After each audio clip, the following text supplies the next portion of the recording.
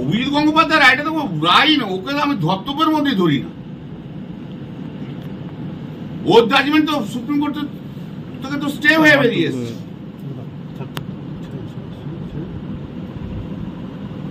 ও তো সব জাজমেন্টই স্টে হয়ে গেছে। এমন একজন বিচারপতি যে ও কোনো রায় দেয়নি, কিন্তু আপনি বলেন রায়, তো ও কোনো রায় কখনো দেয়নি, অর্ডার দিয়েছে। ওকে দেখান ও যতদিন জজ ছিল একটা জাজমেন্ট দিয়েছে, কোনো জাজমেন্ট নেই। কিন্তু ওর কোনোদিন কোনো জাজমেন্ট দিয়েছে জজ হিসেবে, কোনো জাজমেন্ট রিপোর্টেড নেই, কোনোদিন কোনো জাজমেন্ট দিয়েছে। অর্ডার, জাজমেন্ট এবং অর্ডারের মধ্যে তফাৎ আছে, কিন্তু যারা আইন জানে তারা জানে। ও যতদিন উকিল ছিল এমন কোনো মামলা করেছে যেখানে জাজমেন্টগুলো রিপোর্টেড হয়েছে কেউ জানতো ও উকিল ছিল বলে? কেউ শুনেছিলেন নাম? অভিজিৎ গঙ্গোপাধ্যায় বলে একজন উকিল ছিল, জজ হওয়ার পর তো নাম শুনে কোনো একটা উকিল ছিল বলে তুমি শুনেছেন কখনো? কলকাতা হাইকোর্টের সমস্যা হচ্ছে এইরকম কতগুলো অশিক্ষিত আইনজীবী হাইকোর্টের জজ হয়ে গেছে।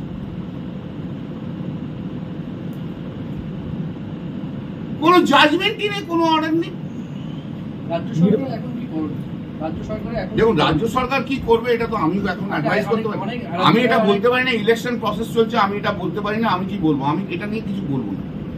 তবে আমার কাছে অনেকে ফোন করেছে টিচাররা, তাদেরকে আমি বলেছি ইমিডিয়েটলি সুপ্রিম কোর্টে যাও, ওরা সুপ্রিম কোর্ট যাচ্ছে। রাজ্য সরকার কি করবে এটা নিয়ে আমি বলতে পারবো না ভাই। আমি ইলেকশন চলছে, আমি এটা তো বলতে পারবো। নির্বাচন চলাকালীন এই রায় কলকাতা হাইকোর্টের বিচার আপনি তো লিখে লিখে নিয়ে এসেছেন, তার প্রশ্ন করছেন।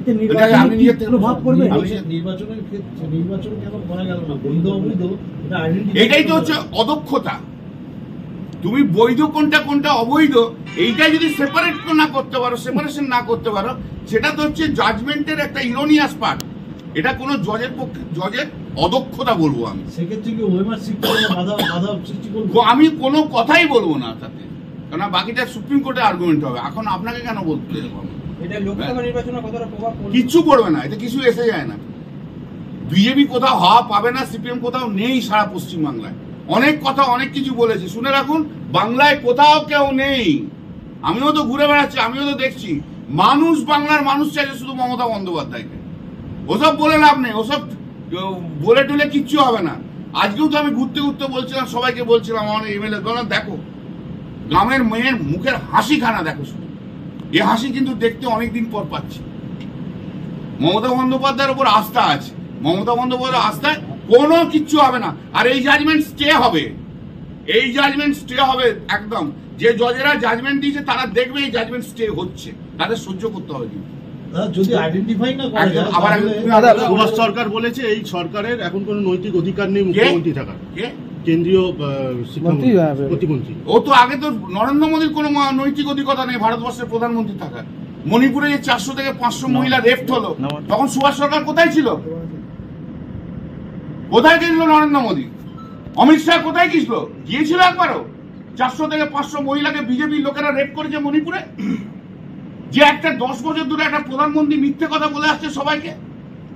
ভারতবর্ষের শ্রেষ্ঠ অভিনেতার নাম হচ্ছে নরেন্দ্র মোদী, শ্রেষ্ঠ মিথ্যে প্রতিশ্রুতি যে দেয় তার নাম হচ্ছে নরেন্দ্র মোদী। সুভাষ সরকার হেরে বসে আছে, যান লিখে নিন।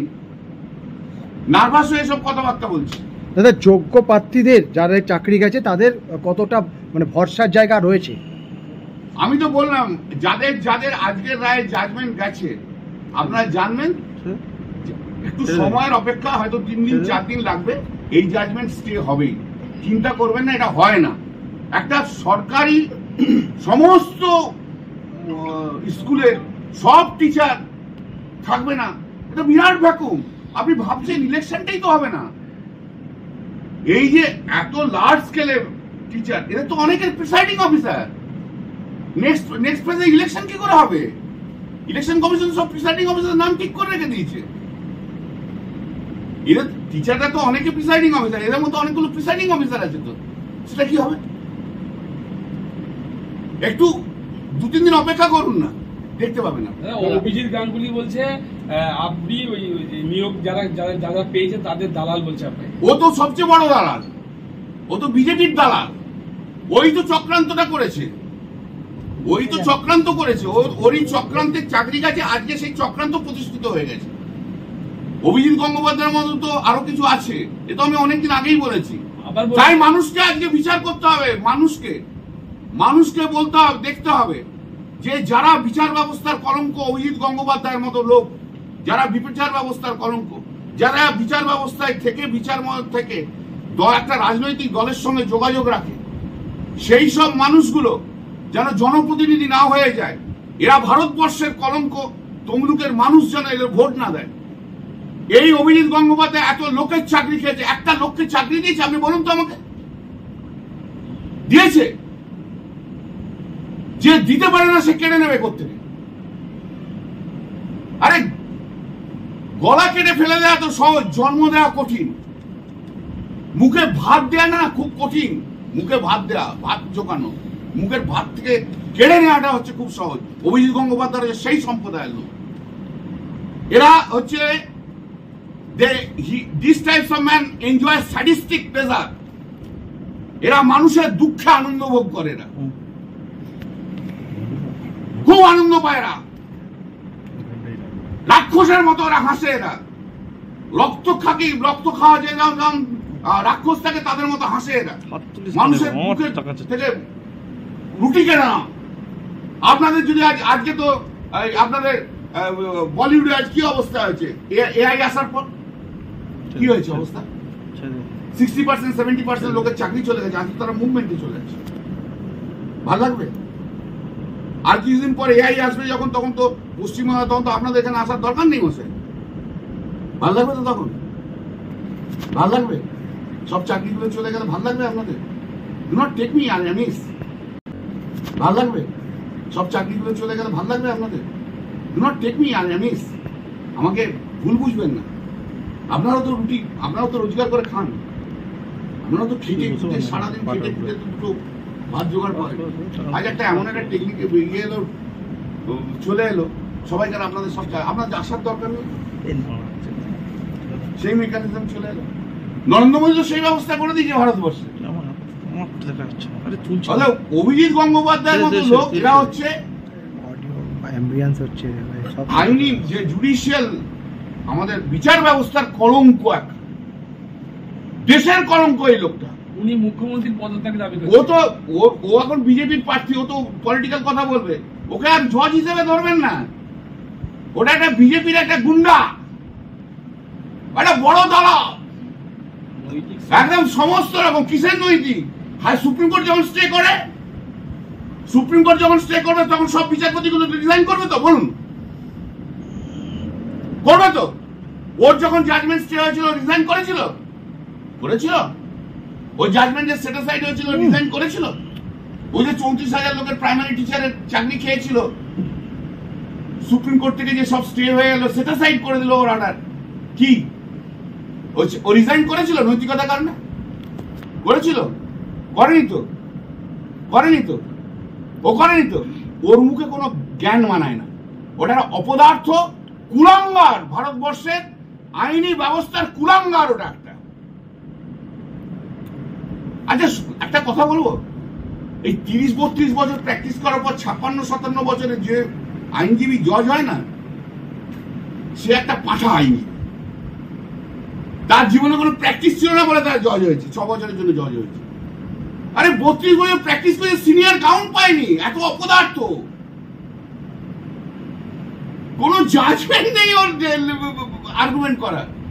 বললাম তো, আপনারা কেউ জানতেন পশ্চিমবাংলায় কোনো মানুষ জানতো অভিজিৎ গঙ্গোপাধ্যায় বলে একটা আইনজীবী ছিল, কোনো মামলা করে জানতো? ওই লাইন ফাইন করে জয় হয়েছে, আবার লাইন ফাইন করে বিজেপিতে চলে গেছে। লাইনবাজ, গ্রেট লাইনবাজ। উনি বলছে যে আপনি কোথা থেকে পাস করেছেন এটা আমি দেখি। ওর জন্মটাই কোথায় তো আমি তো দেখিনি। তো ও কোথায় জন্মেছে, কোন জন্মস্থান কোথায় আমি জানি নাকি? ওই জন্মস্থানটাই তো আমি জানি না, ওর কথা কি উত্তর দেবো আমি?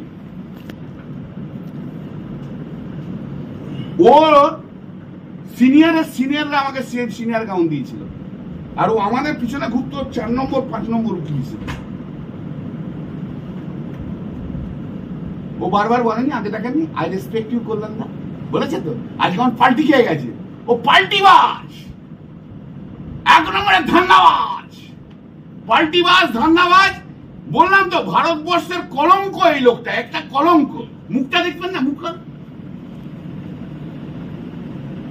যত স্রুড মাইন্ড, ওকে তো আমি চ্যালেঞ্জ দিচ্ছি, আসুন চলুন এবার, চলুন নেক্সট উইকে যাই, সুপ্রিম কোর্টে মামলা করে আসি। আপনি কারণ মামলা করতে পারেন আমি দেখতেছি, অত বড় তো কথা না,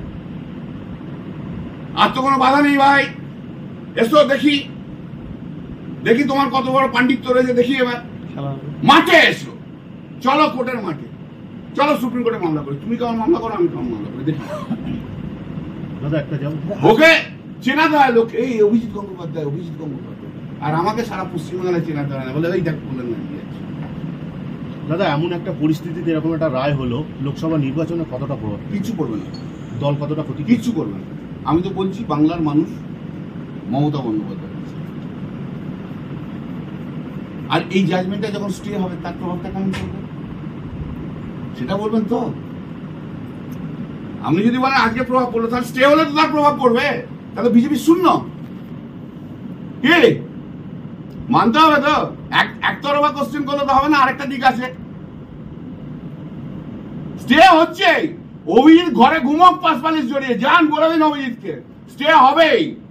আমার তো 43 বছরের প্র্যাকটিসের এক্সপিরিয়েন্স, মামলা করার লোক, আর ও হচ্ছে 3 নম্বরের এখনকার ব্রিফকে নিয়ে পিছন পিছন ঘোরা উকিল ছিল, আর বুড়ো বয়সে হাইকোর্টের জজ হয়েছিল 56 বছর না 57 বছরে। কেউ হয় কোন ভালো প্র্যাকটিশনার যার যান না, আপনারা তো হাইকোর্টে অনেক যান, তুমি যাও তো, যাও না, 50 বছর বয়স হয়ে গেছে, যার ভালো প্র্যাকটিস আছে যান না, তাকে জজ হতে বলুন, যান ভাই যান।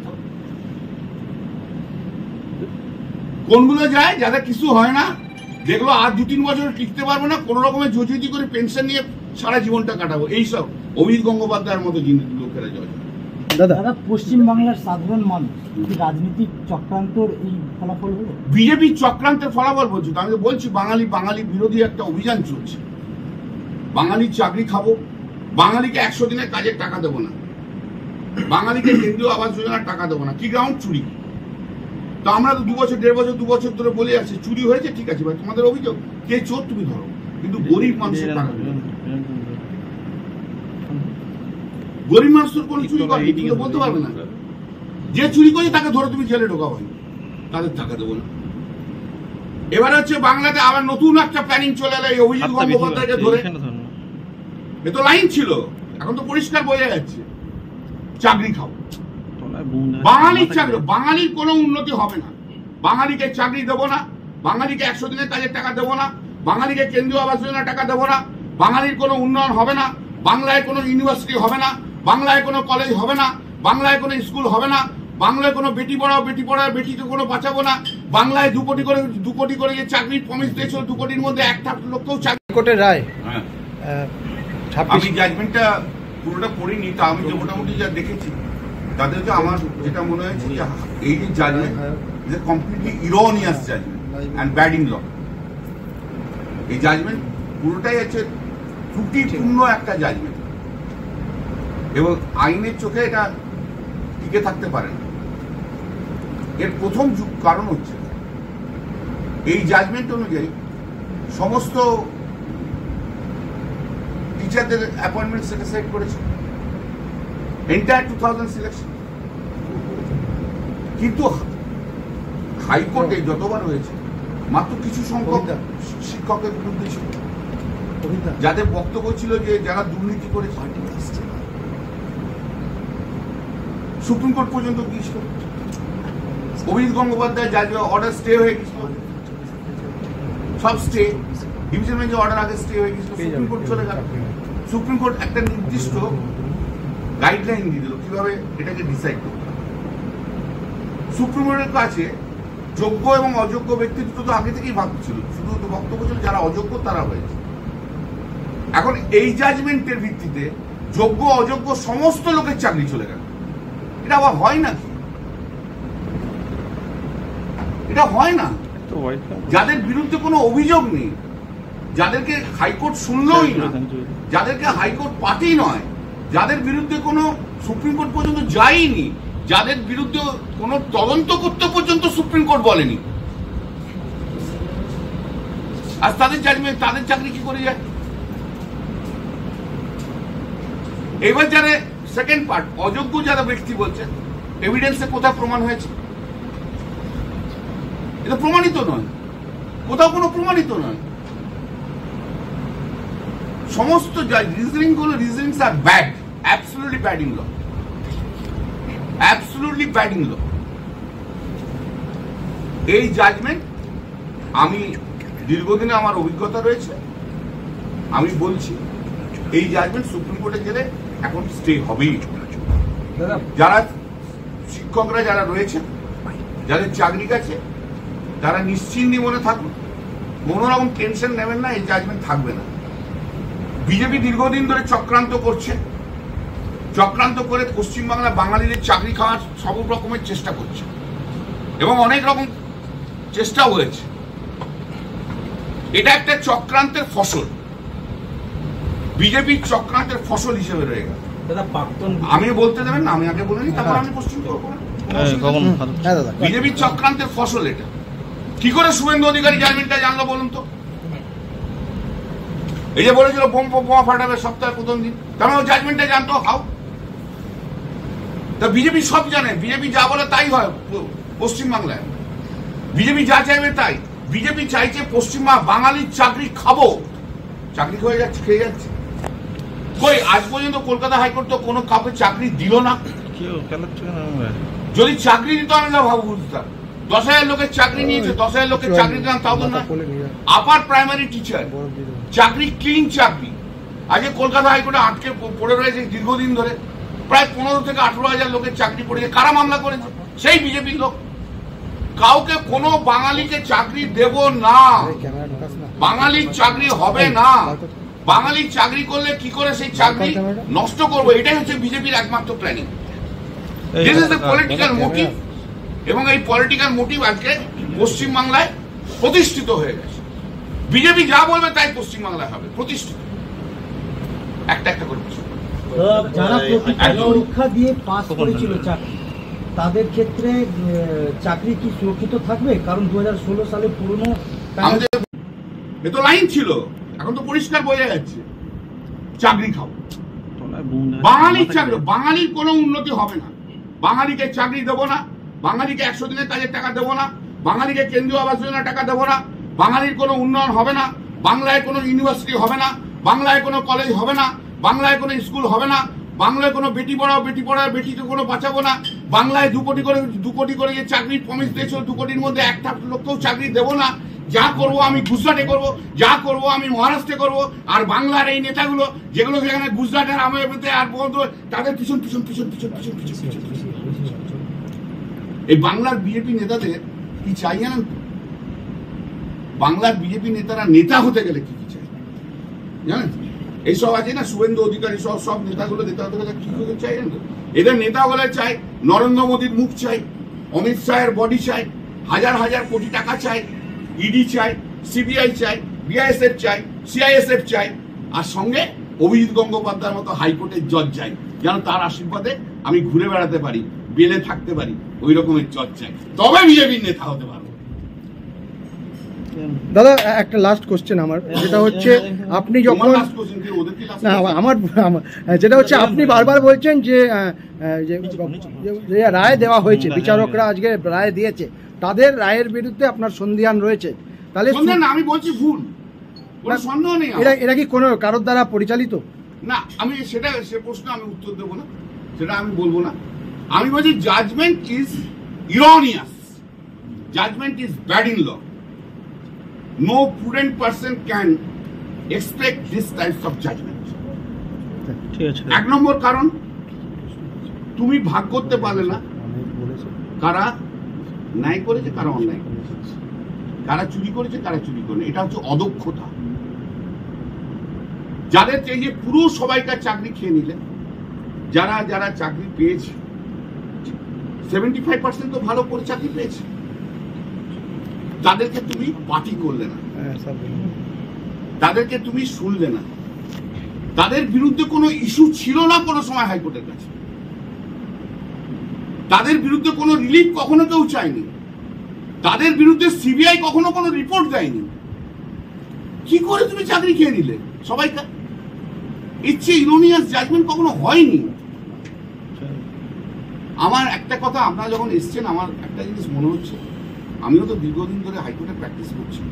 কলকাতা হাইকোর্ট এখন দরকার সত্যিকারের ভালো আইনজীবী জজ হওয়ার। এরও কোনো জজের জুনিয়র জজ হয়ে গেলে বা কারোর সঙ্গে কারো জজের কোনো উকিলের বন্ধু প্যানেল এক্সপায়ার করে গেলে কাউকে চাকরি দেওয়া যায় না। আচ্ছা, আপনাদের খুব একটা ইম্পর্টেন্ট কথা, কাদের আন্দোলন চলছিল? যারা প্যানেলের নাম ছিল চাকরি পায়নি, তাদের তো আন্দোলন চলছিল না? হ্যাঁ কি না? বলুন না, একটু শুনি। আজকে থেকে তারা কি করবে? তাদের আন্দোলন কোন দিকে যাবে? এই যে নেতাগুলো গেছিল, বিকাশ ভট্টাচার্য, শুভেন্দু অধিকারী, ওদের পাশে গেছিল তো, আপনাদের আমরা চাকরি করে দেবো বলেছিল তো? হ্যাঁ কি না? বলেছিল তো? আজ তারা কি করবে? আজ তাদের আন্দোলন কোন দিকে যাবে? তারা কোন দিকে আন্দোলন করবে? কার বিরুদ্ধে আন্দোলন করবে? শিকড়টাই তো তুলে দিল। আর শিকড়টা তুললো কারা? বিজেপির লোকেরা, বিজেপির উকিলরা, বিজেপি সিপিএম করা উকিলরা, তারাই তো শিকড়টাই তুলে দিল। ওদেরকে একদিন তা দিয়ে কতদিন যেন হয়েছে না, 1000 দিন না কতদিন হয়ে গেছে আন্দোলন, তাই তো? 1050 দিন আন্দোলন হয়ে গেছে। তাদেরকে আন্দোলন করো, তাদেরকে মাথায় পিঠে হাত বুলিয়ে আন্দোলন করিয়েছে, নিয়ে তাদের শিকড়টাকে তুলে ফেলে দিয়েছে। এবার তারা কার বিরুদ্ধে আন্দোলন করবে? আমার একটা বড় প্রশ্ন। এটা বাংলা, ঠিক আছে তো?